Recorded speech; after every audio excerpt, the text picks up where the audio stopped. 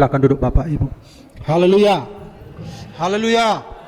Puji Tuhan, kita bersyukur buat pagi hari yang cerah ini. Dia memberikan kepada kita lagi kesempatan yang sangat berharga, ya. Nah, mari kita lihat satu ayat firman Tuhan. Mari kita baca bersama-sama Matius 16 ayat 24. Ya, 1. Lalu Yesus berkata kepada murid-muridnya, setiap orang yang mau mengikut aku, ia harus menyangkal dirinya, memikul salibnya, dan mengikut aku. Sekali lagi, 2, 3, ya. Lalu Yesus berkata kepada murid-muridnya, setiap orang yang mau mengikut aku, ia harus menyangkal dirinya, memikul salibnya, dan mengikut aku. Haleluya. Nah, Bapak Ibu, ini adalah satu ayat penting yang akan kita pelajari pada hari ini. Bagaimana sebenarnya mengikut Kristus itu, ya. Sebelum Yesus mengatakan ini, Bapak Ibu, kita melihat latar belakangnya. Karena pada waktu itu murid-murid tidak menyangka bahwa ikut Yesus itu ya tidak seperti yang mereka pikirkan, ya. Yesus itu datang, mereka pikir untuk menyelamatkan bangsa Israel dari penjajahan Romawi. Karena pada waktu itu kerajaan Romawi menjajah Timur Tengah termasuk Israel. Jadi orang Yahudi ini menunggu Mesias. Mereka menunggu Mesias sebagai pembebas, tapi tak kunjung datang. Nah, tiba-tiba ada seseorang yang datang menyembuhkan penyakit, mengadakan mujizat, membangkitkan orang mati. Lalu mereka berpikir, ini dia, inilah Mesias. Dan Yesus memilih 12 murid. Nah, ketika Yesus memilih 12 murid ini, 12 murid ini pun salah mengerti. Wah, berarti kalau kami jadi murid, nanti kalau dia jadi raja, berarti kami menteri-menterinya. Nah, dan orang tua dari Yakobus dan Yohanes, ibunya, tidak mau melewatkan momen ini. Dia berbisik kepada Yesus, Guru, nanti kalau engkau jadi raja, taruhlah 2 anakku ini, satu di kiri, satu di kanan. Wah, karena memang Yesus itu sangat berpengaruh. Bayangkan Bapak Ibu, kalau seorang raja mengadakan mujizat, mengusir setan, menyembuhkan penyakit, bukankah itu satu nilai lebih dari seorang raja? Apalagi mengalahkan musuh. Bahkan sampai ketika Yesus mau naik ke surga, murid-murid berkata, Guru, kapan engkau memulihkan kerajaan Israel? Apa kata Yesus? Engkau tidak perlu tahu masa dan waktunya. Nah, jadi masih saja murid-murid ini berpikir bahwa menjadi seorang pengikut Kristus itu semata-mata hanya untuk menolong dari hal-hal lahiriah atau masalah-masalah hidup. Apa kata Yesus? Kamu tidak perlu tahu masa dan waktunya, tetapi kamu akan menerima kuasa kalau Roh Kudus turun ke atas kamu. Nah, di dalam ayat ini kita lihat, lalu Yesus berkata kepada murid-muridnya, setiap orang yang mau mengikut aku, ia harus menyangkal dirinya, memikul salibnya, dan mengikut aku. Bertolak belakang dengan harapan murid-murid. Wah, begini ternyata ikut Yesus. Bukan menjadi menteri-menteri, bukan menjadi anggota kabinet. Masa ini menjadi pengikut Kristus? Nah, karena itu Bapak Ibu, apa yang dikatakan Yesus ini juga berlaku bagi kita sekalian. Amin. Amin. Nah, tema firman Tuhan adalah harga mengikut Yesus Kristus. Ada harga, ya. Pernahkah kita berpikir Bapak Ibu bahwa di dunia ini tidak ada yang gratis? Seorang dokter tidak tiba-tiba menjadi ahli tanpa harga yang harus, tanpa harga. Waktu, tenaga, pengorbanan. Ia bertahun-tahun menahan stres dan lain sebagainya.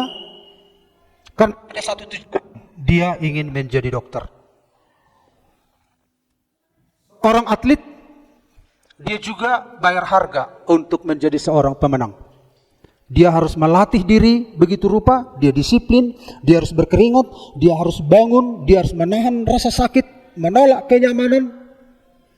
Dan pada akhirnya dia menjadi seorang atlet yang baik setelah dia ribuan kali melatih diri. Di tengah-tengah masyarakat juga demikian. Ketika saudara pergi ke pesta, apa tujuannya? Karena saudara sedang membayar harga. Supaya kalau saudara pesta, maka orang itu datang ke pesta. Itulah dunia ini, balas membalas. Bapak Ibu lihat ketika tsunami terjadi, banyak bantuan-bantuan yang datang ke Indonesia, ke Aceh, ke Nias. Apakah itu diberikan dengan gratis? Tidak. Semua itu dibungkus dengan rasa sosial, rasa peduli. Tapi secara bangsa ada hitung-hitungan di sana. Ya. Ada utang politik, ada ketergantungan, ada kewajiban bangsa Indonesia. Hanya di dalam Kristus keselamatan itu diberikan dengan gratis. Kenapa dia beri? Berarti keselamatan itu murah. Keselamatan itu terlalu mahal. Karena terlalu mahal, manusia tidak bisa membayarnya, maka dia memberikan gratis. Nah, jadi hanya di dalam Yesus dia memberikan dengan cuma-cuma, dia memberikan dengan gratis, karena tidak bisa kita bayar. Dan Yesus berkata, Yesus ingin supaya orang-orang yang percaya kepada Dia juga melakukan hal yang sama.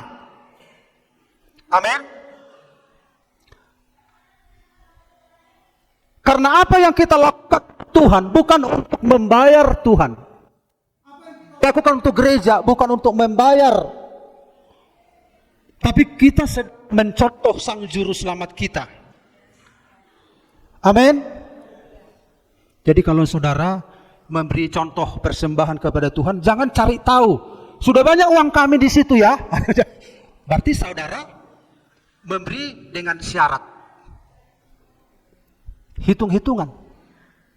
Berarti kalau demikian saudara belum mengikuti teladan Kristus. Kemananya semua kolekte itu? Udah bisalah kita jalan-jalan. Kalau saudara telah putuskan, saudara telah berikan, selesai.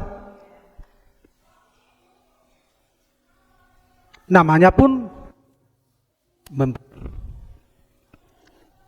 ada harga. Tetapi keselamatan diberikan dengan gratis.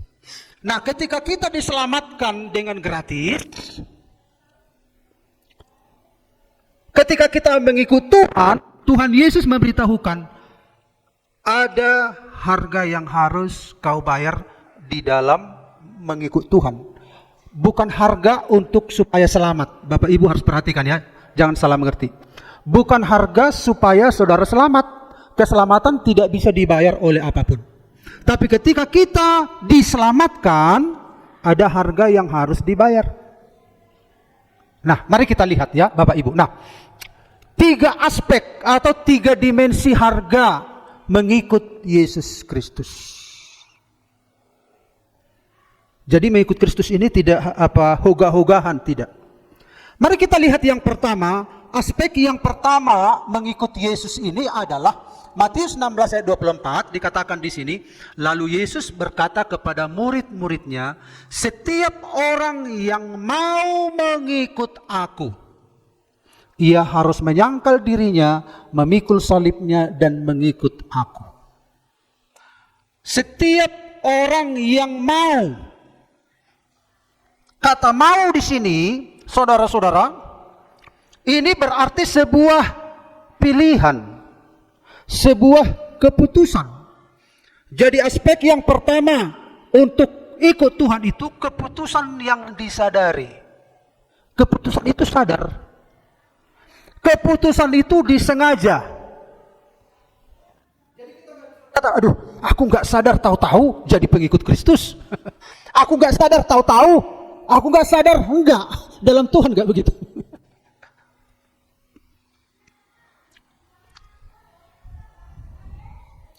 Misalnya bayangkan Bapak Ibu, dalam sebuah keluarga besar, ya, semuanya memiliki profesi yang sama. Bapak kakeknya tentara,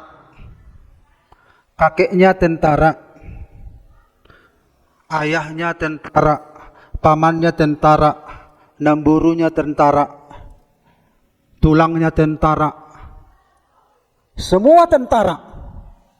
Nah, yang bakal lahir pun jadi tentara, dan mereka sudah menjahit baju tentara semuanya. Nah, lalu ada seorang berkata pada dirinya, nih, aku ini seorang tentara. Apakah aku menjadi tentara hanya karena opungku tentara, bapakku tentara, namburuku tentara, tulangku tentara? Aku tentara karena keluarga kami semua tentara. Berarti kalau begitu aku ikut-ikutan. Aku dikondisikan kalau demikian, suka nggak suka ya kami tentara. Kemudian dia berhenti berpikir, saya tidak mau seperti ini. Gitu. Akhirnya apa yang terjadi? Dia punya sebuah kesadaran. Oh, ternyata tentara itu adalah mengabdi bagi masyarakat. Dia berhenti sejenak, dia berpikirkan, akhirnya dia sendiri yang memutuskan untuk jadi tentara.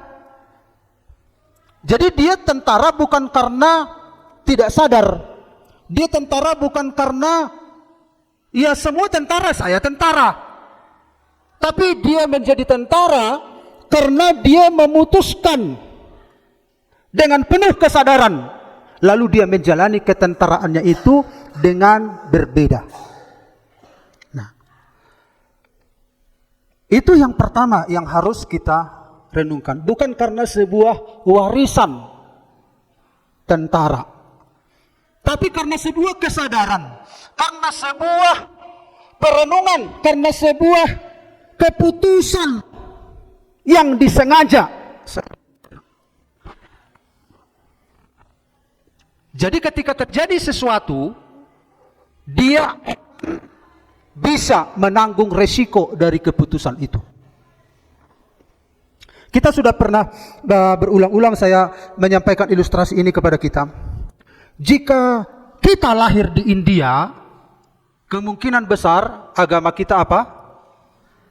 Hindu. Jika kita lahir di Cina, kemungkinan besar kita beragama Buddha. Jika kita lahir di Arab, kemungkinan besar kita beragama Islam. Jika kita lahir di Israel, kemungkinan besar kita beragama Yahudi, Yudaisme. Karena kita lahir di Toba, maka kita beragama Kristen.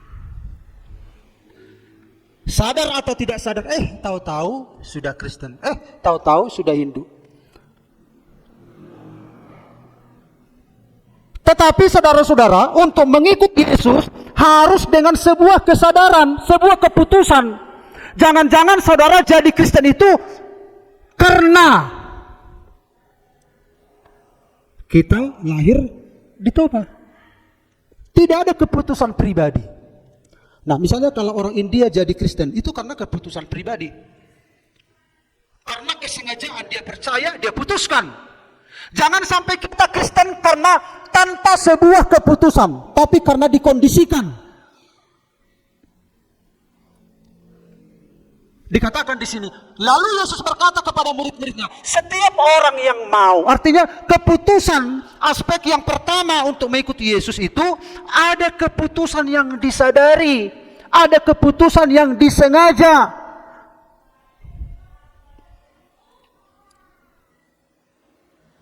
Makanya banyak juga orang Kristen tidak ngerti tentang Tuhan, tidak mengerti tentang mengikut Tuhan. Ya, kenapa kau jadi Kristen? Ya, karena aku sudah lahir dalam keluarga Kristen. Tapi tanpa sebuah keputusan pribadi, tanpa sebuah pengenalan. Nah, makanya Bapak Ibu harus ada sebuah keputusan pribadi dalam hidup kita. Amin. Semua orang yang ada di dunia ini, dari bangsa manapun, kalau ikut Tuhan, harus ada sebuah keputusan pribadi. Keputusan yang disengaja. Barang siapa yang mau. Ini berkaitan dengan metanoia, nous, kesadaran, pikiran. Dengan penuh kesadaran dia menerima Yesus. Dengan penuh kesadaran dia tahu bahwa dia sudah berdosa. Dengan penuh kesadaran akibat dosa dan kematian. Penuh kesadaran bahwa hanya Yesus yang sanggup menyelamatkan saya. Dan saya memutuskan. Banyak di kalangan orang yang Kristen KTP disadarkan tentang bagian ini.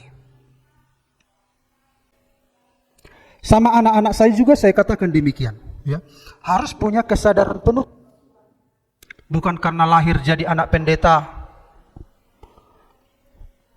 Kadang-kala kan ya pengalaman kami anak pendeta ini karena dikondisikan. Bukan tanpa keputusan. Bukan tanpa sebuah kesadaran. Tetapi puji Tuhan, anak-anak kami, mereka itu mengambil keputusan-keputusan penting dalam hidupnya karena sebuah kesadaran, sebuah kesengajaan, bukan karena kami dorong, bukan karena kami kondisikan. Mereka sendiri yang memutuskan berdoa, mereka sendiri memutuskan puasa. Mereka sendiri yang memutuskan mau melayani atau mau bagaimanapun menjadi seorang anak Tuhan. Jadi ketika saya suruh melayani mereka nolak. Ya, saya biarkan mereka bertumbuh dalam keputusan. Menolak itu wajar. Tapi biar dia sendiri yang bergulat dalam dirinya mengambil keputusan. Bukan karena dikondisikan. Jadi setiap kita saudara-saudara panggil secara sadar. Keputusan-keputusan yang kita ambil. Yang pertama mengikut Kristus. Tidak seperti memilih kucing di dalam karung. Enggak. Saudara mengikut Yesus, saudara sengaja mengikut dia. Saudara memutuskan untuk mengikut dia. Bukan karena dilempar orang ke dalam. Enggak. Saudara memang tidak setuju, tapi akhirnya, ya mau gimana lah, aku sudah ada di sini. Akhirnya terpaksalah. Enggak, saudara sendiri mengambil keputusan dan saudara yang mencemplungkan diri ke sana. Makanya ada nyanyian mengikut Yesus keputusanku. Mengikut Yesus keputusanku. Bukan keputusan orang lain yang saudara jalankan, tapi keputusan saudara sendiri karena saudara sadar saudara membutuhkan Tuhan. Itu aspek yang pertama untuk mengikuti Yesus. Sehingga nanti jika ada terjadi di tengah jalan, saudara tidak akan menyalahkan orang lain. Saudara akan bergulat dengan keputusan saudara dan Tuhan akan meneguhkan saudara. Amin Bapak Ibu. Itu yang pertama. Nah, kalau di antara kita ada menjadi selama ini dia Kristen tapi tanpa sebuah keputusan, ini harus tahu, saudara yang memutuskan sendiri. Saudara yang penuh kesadaran sengaja mengikut saudara sendiri yang melangkah. Bukan karena dikondisikan oleh orang tua, bukan dikondisikan oleh keluarga, tapi saudara sendiri yang memutuskan. Dan ketika di tengah perjalanan dari keputusan-keputusan saudara ikut Tuhan itu, saudara tidak akan menyesal. Karena itulah harga. Ada jalan sempit, ada jalan sukar. Tapi Tuhan tidak mengatakan bahwa ikut Tuhan itu akan selalu hujan berkat. Ikut Tuhan itu akan selalu menderita. Tidak. Tapi yang penting, ketika kita mengambil keputusan, Tuhan ada bersama dengan kita. Amin. Ketahuilah, aku menyertai kamu senantiasa sampai kepada akhir zaman. Tuhan membackup keputusan kita yang berkaitan dengan saudara-saudara kehendaknya, yang berkaitan dengan keselamatan, yang berkaitan dengan kebenaran.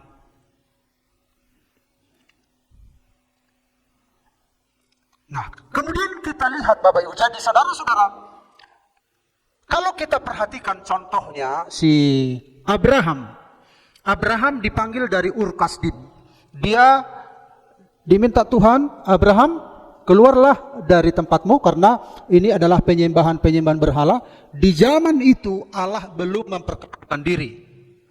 Sejak zaman air bah dan seterusnya masa kegelapan, Allah memanggil Abraham dari Ur Kasdim. Lalu Abraham memutuskan meninggalkan tempatnya, membawa keluarganya, melanjutkan perjalanan ke tempat yang dia sendiri belum pernah kenal. Lalu mereka sampai ke tanah Kanaan. Tuhan berjanji akan memberikan tanah Kanaan. Kemudian karena keputusan Abraham, maka apa yang terjadi? Dia tidak menyalahkan siapa-siapa. Dia hanya beradu dengan kepada siapa dia percaya. Dia hanya, saudara-saudara, bergumul dengan siapa yang memanggil dia. Dia tidak menyalahkan si A, si B, si C. Karena panggilan itu masing-masing. Keselamatan itu masing-masing. Keselamatan itu bukan kolektif, tapi pribadi. Tuhan memanggil. Tuhan memanggil. Tuhan memanggil. Tuhan memanggil. Terjadilah kelaparan. Akhirnya Abraham ke Mesir. Dan akhirnya kembali ke tanah Kanaan.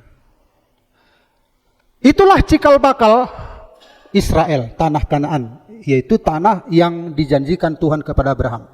Abraham harus mengambil sebuah keputusan. Dengan penuh kesadaran.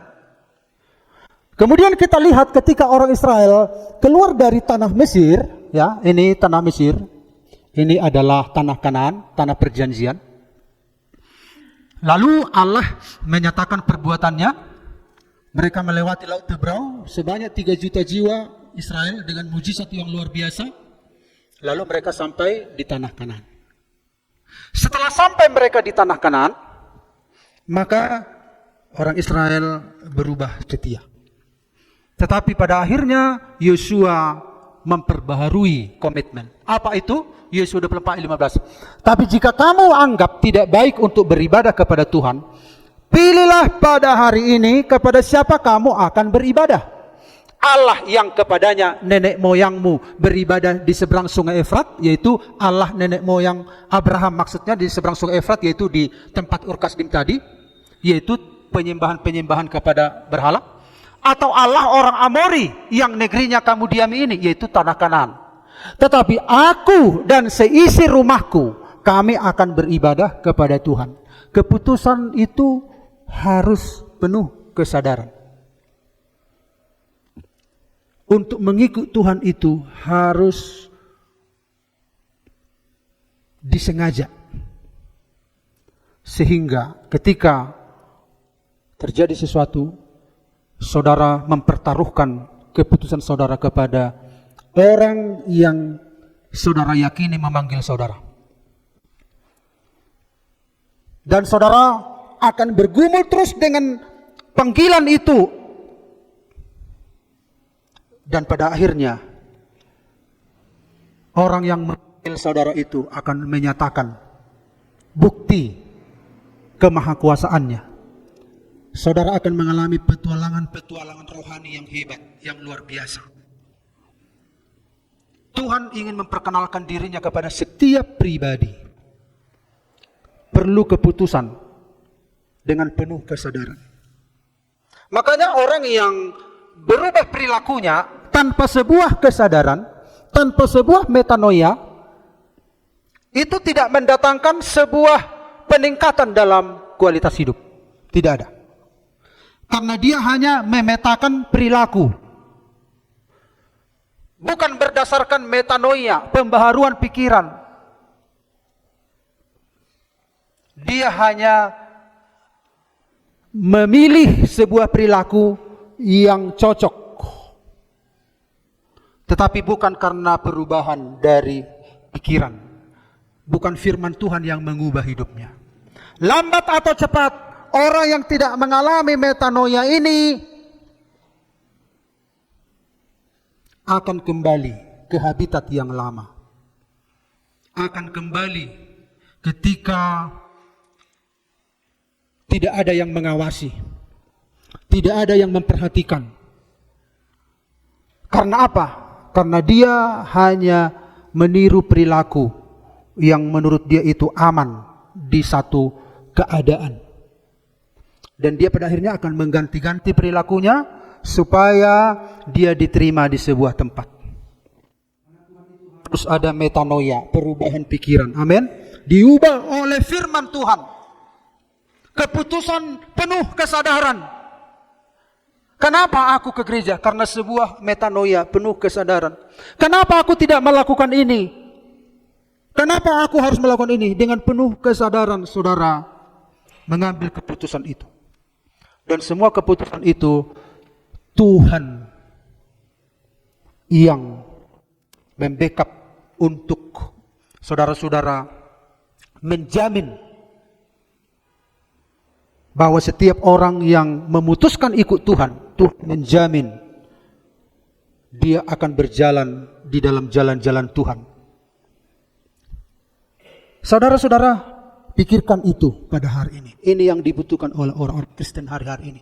Oh, ternyata ikut Tuhan itu bukan, oh saya pikir kalau hanya sekedar Kristen. Orang-orang bisa ganti-ganti KTP. Bisa. Cari aman. Tetapi anak-anak Tuhan tidak demikian. Kita mengambil harga ikut Yesus itu adalah ada keputusan yang disadari. Ada pilihan yang penuh kesadaran. Penuh pergumulan untuk mengambil keputusan itu. Tidak untung-untungan. Tidak berspekulasi. Ya bagaimana nantilah. Enggak. Tapi dia melihat. Jadi kita tidak mengikut Tuhan itu tanpa melihat ada yang di depan. Kita sudah lihat arahnya di sana, ada Tuhan di sana. Putuskanlah kalau demikian. Karena Tuhan sudah memberitahu ujungnya. Maka untuk mencapai ke sana banyak hal-hal yang kita tidak duga. Tapi karena kita sudah penuh kesadaran memutuskan ke sana, saya harus sampai ke sana. Walaupun hal-hal yang tidak kuduga ini terjadi, saya harus ke sana. Itulah dimensi harga mengikut Kristus. Amin. Amin. Lalu yang kedua kita lihat, ini masih ada ternyata. Aku memanggil langit dan bumi menjadi saksi terhadap kamu pada hari ini. Kepadamu kuperhadapkan kehidupan dan kematian, berkat dan kutuk. Pilihlah kehidupan supaya engkau hidup, baik engkau maupun keturunanmu. Pilihan yang disadari. Nah, kemudian yang kedua kita lihat Bapak Ibu.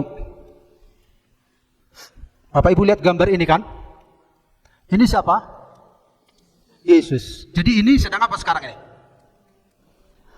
Hah?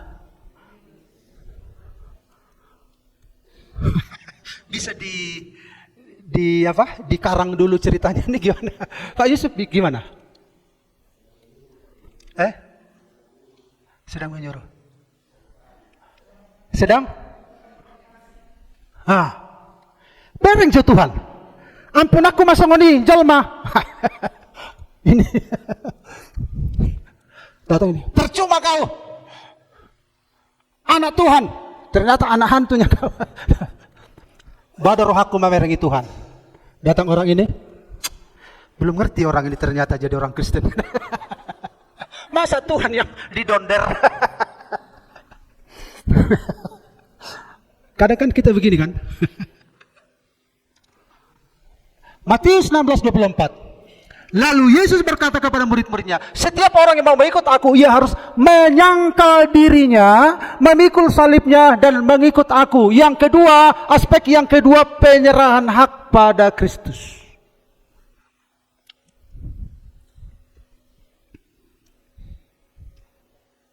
Ini pernah lagu dinyanyikan Juli ini ya. Ini Juli ini lagu-lagunya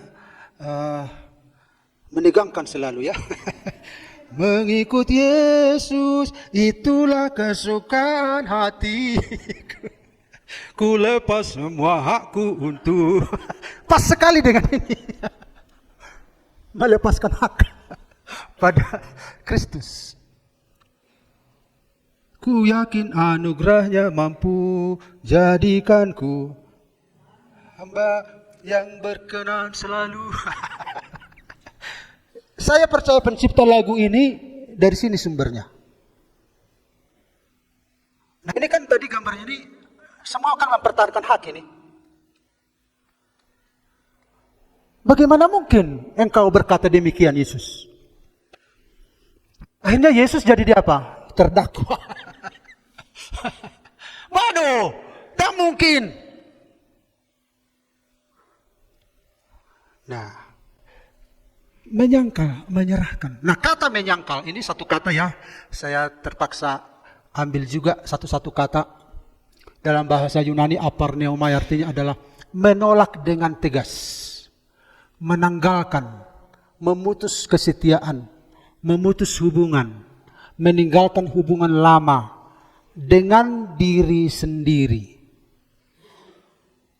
Jadi dia menolak tegas pembelaan diri sendiri, memutuskan kesetiaan pada diri sendiri yang egois itu, meninggalkan hubungan lama. Karena hubungan lama ini kan mempertahankan diri selalu, membela diri selalu. Itu artinya. Artinya menyerahkan hak pada Kristus. Jadi anak-anak Tuhan harus belajar menyerahkan hak pada Kristus. Bagaimana caranya menyerahkan hak pada Kristus ini?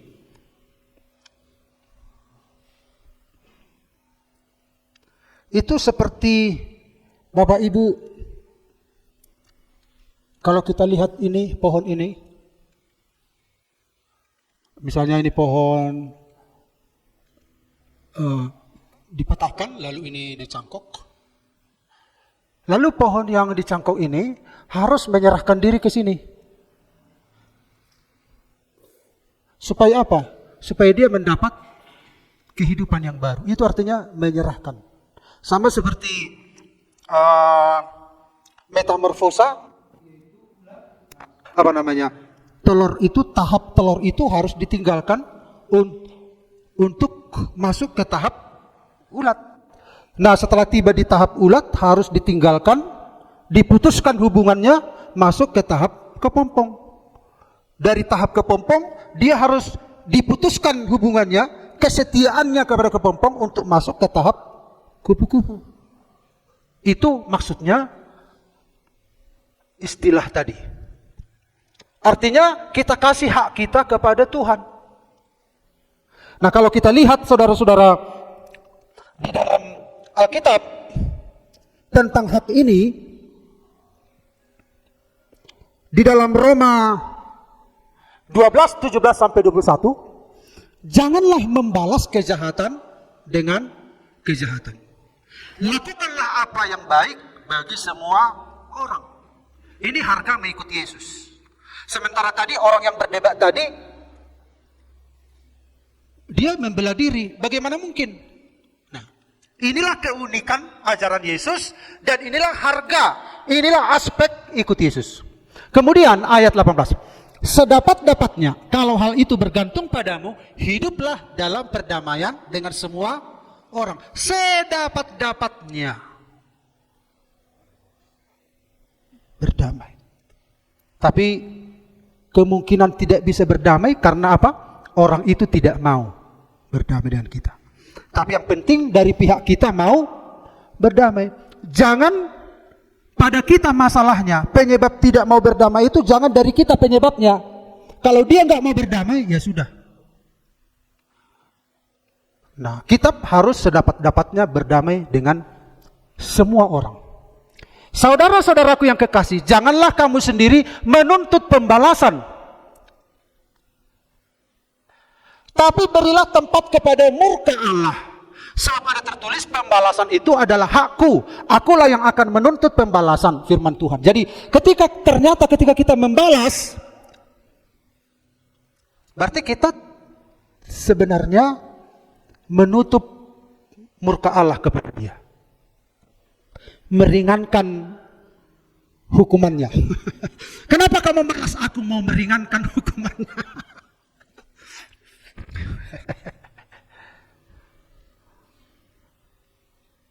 Jadi bukan itu alasan anak Tuhan membalas. Beri artinya adalah jangan membalas, beri tempat kepada Allah untuk mengadili gitu. Jadi kalau kita membalas berarti Tuhan, akulah hakimnya, kau jangan. Aku sendiri yang menghakimi. Nah, itu maksudnya. Beri tempat kepada murka Allah. Tetapi jika seterumu lapar, berilah dia makan. Jika ia haus, berilah dia minum. Dengan berbuat demikian kamu menumpukan bara api di atas kepalanya. Jangan kamu kalah terhadap kejahatan, tapi kalahkanlah kejahatan dengan kebaikan. Ini adalah firman Tuhan. Bukan hak kita lagi. Pasti daging kita susah melakukan ini. Tetapi karena ini firman Tuhan, kita harus mengabulkan firman dalam hidup kita. Amin. Aminkan firman ini. Amin Tuhan. Karena ini firman-Mu, aku aminkan. Bagaimana cara terjadinya? Tolong aku. Aku mau menggenapi semua firman-Mu. Aku mau menggenapi. Bertolak belakang dengan dagingku, bertolak belakang dengan pikiranku. Aku mau menggenapi firman-Mu dalam hidupku. Tolong aku Tuhan. Itu saja permohonan kita, jangan bantah. Firman itu kebenaran. Benar-benar benar. Allah itu kebenaran. Nah, itu yang harus kita lakukan Bapak Ibu ya. Serahkan hak. Ini juga sudah kami pelajari sedikit ya. Bapak Ibu pasti sudah mempelajari banyak mungkin. Pepatah mengatakan, saya ingat ada sebuah tulisan waktu SD. Silent is gold, speak is silver. Artinya apa? Diam adalah emas, bicara adalah perak. Jadi kalau ada masalah yang menerpa hidup saudara, silent is gold. Belajar berdiam, biar Tuhan yang campur tangan. Amin. Kadangkala kita kan ini, pembalasan adalah hakku kata Tuhan. Oh enggak, hakkunya Tuhan. Kayaknya kau kurang jago membalas Tuhan. Lagi pula lama kali pembalasanmu. Aku bergerak lebih cepat. Aku akan balas. Tapi sebenarnya ketika kita membalas, memperingan. Karena murka Allah telah di atasnya sebenarnya. Tapi kalau kita mencoba berdiam diri Tuhan, Tuhan, tolong Tuhan, tolong Tuhan. Berdiam ini susah, butuh kekuatan rohani. Bapak Ibu, apa gampang berdiam ketika menghadapi begitu? Yesus waktu disalib, ampuni mereka, mereka tidak tahu apa yang mereka perbuat. Kita punya teladan Sang Juru Selamat, bukannya kita orang yang lemah, enggak. Tapi perlu kita belajar bagaimana menyerahkan hak kita kepada Tuhan. Bukan berarti kita enggak boleh membela diri, enggak. Harus punya hikmat. Tapi maksudnya di sini adalah ada hal-hal tertentu dalam kehidupan kita di mana waktunya kita menyerahkan hak kita, justru kita tidak menyerahkan hak kita pada Tuhan. Kalau diceritakan tentang kisah-kisah, banyak ya. Bapak Ibu mungkin punya pengalaman demikian juga. Bagaimana Bapak Ibu difitnah, bagaimana Bapak Ibu dituduh hal-hal yang tidak benar. Saudara harus berdiam diri. Sementara kalau saudara mencoba mengurus, saudara seperti benang kusut. Saudara ingin keluar dari sini, terjebak lagi di sini, benang kusut.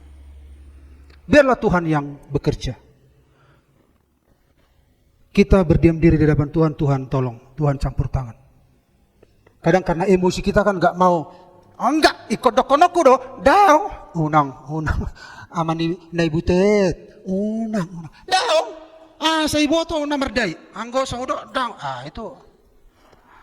Bagaimana kalau belajar mengizinkan Tuhan mengurai yang kusut itu? Pasti hasilnya luar biasa. Amin.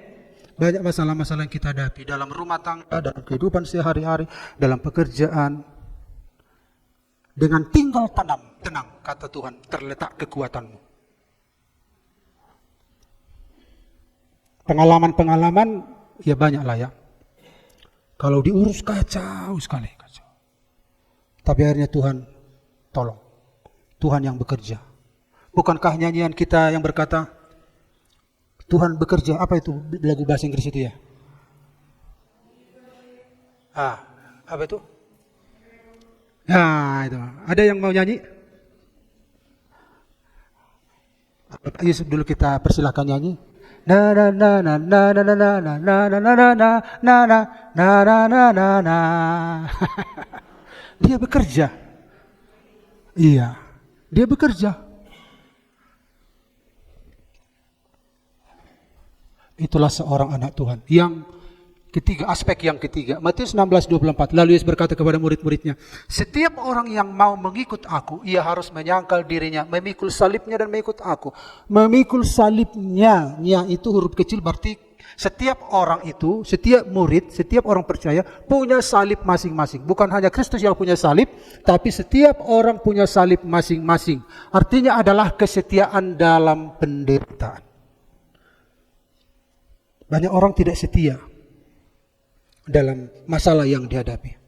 Jadi kita lihat di sini Bapak Ibu, salib bukan penderitaan umum, ya.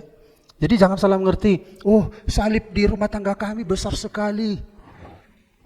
Oh, Eda, salibku besar loh. Anakku bandal. Gitu enggak salib. Wah, lebih besar salibku Eda. Suamiku pulang. Salibku lebih besar. Utang kami banyak. Atau salib kami lebih besar lagi. Penyakit kami enggak sembuh-sembuh. Itu enggak salib menurut arti Injil. Jadi apa itu salib itu? Salib adalah penderitaan karena kasih dan kesetiaan kepada Kristus. Jadi ketika kita mengikut Kristus, ada dampak yang kita alami. Dampak yang kita alami bisa berbentuk penderitaan. Kita dihina karena Kristus, kita diejek karena Kristus, kita dimaki-maki karena iman kita. Itu namanya salib. Jadi bukan penderitaan umum. Karena nggak punya uang, karena ada sakit, karena dikejar-kejar penagih hutang. Tapi karena kasih dan kesetiaan kepada Kristus, kita ditolak, berpegang pada nilai-nilai firman. Kita ini anak-anak Tuhan yang punya integritas. Akhirnya kita ditolak. Unang ngahay, anggoya hadi, dang bui medak tu siotik, agiotik. Kita disingkir. Kenapa? Karena punya nilai, karena punya integritas. Unang jowi pahudi patulu natulusan nih iko malot marlego totikotik. Iko na dong kompromi na otikotik. Nah, kita dihindari, kita ditolak, kita punya nilai. Kita kehilangan sesuatu karena jujur dan hidup benar. Itulah salib. Dihindari orang karena kita jujur. Kita ditolak karena punya nilai-nilai firman Tuhan. Kita tetap mengasihi, mengampuni meski disakiti. Itulah salib. Kita tetap melayani dengan setia meski tidak dihargai. Itulah salib. Tapi kalau minta disanjung-sanjung, itu nggak ada salib di situ. Puji aku dong. Puji aku dong, aku kan sudah setia. Puji aku dong, aku kan sudah melayani. Pujilah. Mana pujiannya? Songoni matong udang nahuban. Alai dak sodong pujian agiotik.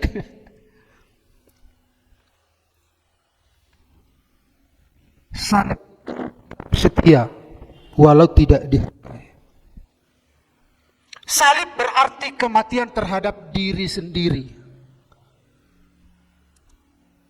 Lucifer itu, Bapak Ibu, jatuh karena apa? Kehendaknya, kehendakku, aku hendak, aku hendak, aku hendak, aku hendak.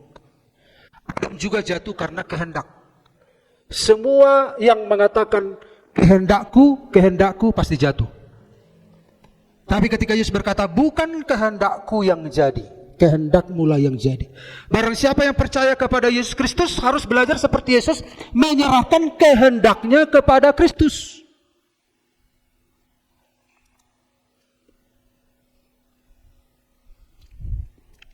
Salib adalah panggilan untuk taat dan setia walau harus menderita. Salib adalah jalan menuju kemuliaan. Ini kesetiaan dalam penderitaan. Ini saudara-saudara harga mengikut Yesus. Inilah nilai mengikut Yesus. Kalau kita lihat Bapak Ibu yang bagian-bagian terakhir di sini, secara singkat Yesus berkata di dalam Matius 5:41, siapapun yang memaksa engkau berjalan sejauh 1 mil, berjalanlah bersama dia dengan sejauh 2 mil. Memaksa. Ini kan penderitaan. Ini adalah sebuah sejarah. Waktu itu orang Yahudi dijajah oleh orang Romawi. Kebiasaan tentara Romawi itu, tentara Romawi punya hak menyuruh orang yang dijajah itu membawa rangselnya, membawa senjatanya, membawa perbekalannya. Yang namanya dipaksakan gak enak. Apalagi di bawah tekanan jajahan. Nah, orang Yahudi yang dijajah Romawi ini, kami sudah dijajah, dipaksa lagi membawa barangnya 1 mil. Dan Yesus melihat, kalau engkau merasa itu penderitaan terus, menderita terus, menderita terus, engkau sudah dijajah, kemudian engkau dipaksa lagi. Tapi aku mengatakan kepadamu, supaya engkau bebas, gitu kata Tuhan. Supaya engkau bebas, aku mau meminta engkau melakukan lebih dari apa yang diminta. Berjalanlah bersama dia sejauh 2 mil. Nah, kalau kita lihat di sini Bapak Ibu, gambaran singkatnya. Jadi orang ini dipaksa membawa barang ini sejauh 1 mil. Ini sebuah pekerjaan yang memaksa. Sebuah penderitaan.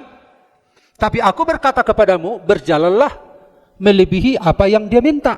Supaya apa? Keegoisanmu itu hancur. Supaya engkau sama sekali tidak memiliki keberhargaan selain keberhargaan ada di dalam aku. Keakuanmu akan hancur di sana. Kesombonganmu akan hancur di sana. Nah, jadi kalau kita lihat Bapak Ibu di sini, jikalau hidup keagamaanmu tidak lebih benar daripada hidup keagamaan ahli Taurat dan orang Farisi, sesungguhnya kamu tidak akan masuk ke dalam kerajaan surga. Dan itulah yang diajarkan Yesus. Sebuah tindakan yang berbeda dari yang diminta oleh dunia. Jadi kita lihat di sini Bapak Ibu, kita diminta, ini sudah pernah kita lihat Bapak Ibu, hanya sepintas saja. Ini mengasihi musuh, ya. Memberkati orang yang mengutuk, berbuat baik kepada orang membenci, berdoa bagi mereka yang membenci. Sementara di 1 mil ini, mengasihi orang mengasihi, memberkati orang yang memberkati, berbuat baik kepada orang yang berbuat baik, dan seterusnya. Yesus ingin kita ada di sini, melebihi dari apa yang dituntut oleh mereka. Itulah kesetiaan. Dan saya yakin daging kita nggak terima ini. Tapi Tuhan mau kita harus bisa sampai ke sana. Amin. Amin. Pasti daging saudara tidak terima. Memang daging gak terima. Tapi itulah nilai yang Tuhan tetapkan menjadi seorang pengikut Kristus. Yesus memberikan perbedaan. Dialah sang guru kita yang memberikan nilai-nilai kehidupan untuk hancurkan nilai-nilai manusia yang ada di sini, di dunia ini. Nah, karena itu Bapak Ibu, ada 3 hal yang kita pelajari pada hari ini. Ada 3 aspek menjadi pengikut Kristus. Yang pertama apa? Bapak Ibu masih ingat? Keputusan itu harus disadari. Saudara sadari hari ini. Bukan karena saudara lahir Kristen KTP, tapi harus penuh kesadaran. Tuntun orang-orang yang kita kasihi kepada kesadaran ini. Saya pun sudah menuntun mereka. Kamu ikut Tuhan harus punya kesadaran keputusan sendiri. Bukan karena dikondisikan menjadi seorang anak pendeta. Karena saya juga punya pengalaman seperti dulu. Saya menjadi baik, tapi karena dikondisikan. Saya tidak pergi ke opera karena saya dikondisikan. Oh, gak bagus. Keluarga pendeta gak bagus. Tapi kesadaran itu harus muncul dari diri saya. Oh, ternyata sebagai seorang anak Tuhan tidak bagus melakukan ini. Berdasarkan kesadaran saya, bukan karena dikondisikan oleh keluarga pendeta. Demikian juga dengan kita. Kemudian yang kedua apa Bapak Ibu? Penyerahan hak. Belajar menyerahkan hak pada Kristus. Kemudian yang ketiga apa? Setia dalam penderitaan. Walaupun banyak masalah yang Bapak Ibu hadapi, tetap setia. Karena itulah nilai pengikut Kristus. Kita sedang dibentuk menjadi bejana yang berharga, bagaikan emas yang ditempa, yang dibakar dalam api, dan pada akhirnya kita keluar menjadi emas yang Haleluya. Mari kita nyanyikan.